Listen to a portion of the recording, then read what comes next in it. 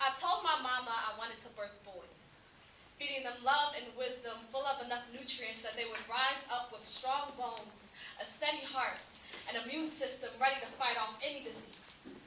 They would have fingertips like silk but fists firm and ready to pump for justice, hearts like roses but souls like tree trunks. I wanted to populate the world with something it doesn't have enough of. I wanted to build black men like brick houses with footsteps like Malcolm and Mandela, sturdy enough to lead an army of disciples to the promised lands of equality.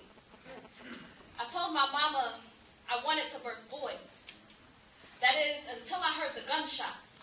Saw the bullet casings next to chalk outlines, watched my friends frisk for walking in group sizes too big, until I realized that black boys can't stand together without being torn down, until I saw Rosewood and Roots cry for 2 days after accepting that people are comfortable with their veils, pretending that blacks don't have the right to be enraged over the massacres, bloody soil, branches singed by the fires that burned our bodies, murder in the first degree to men whose hands were clean until fieldwork made them filthy.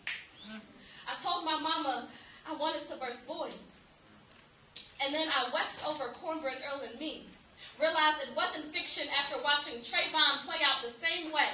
Watching Oscar die with his face kissing concrete instead of his daughter, gun in his back. They don't even have the decency to look us in the eyes before they slaughter us.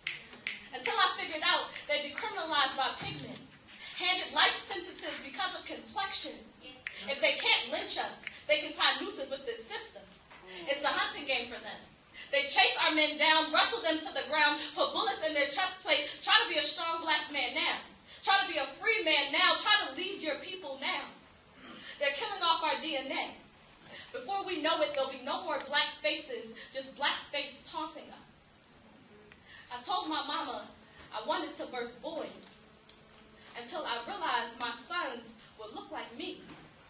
I'd birth dark-skinned babies who'd be profiled because of color, arrested because of color, held at gunpoint because of color, Rodney King beaten because of color, hands up because of color, and then one day, when they're walking home, they'll be attacked by a white man, never grow into men.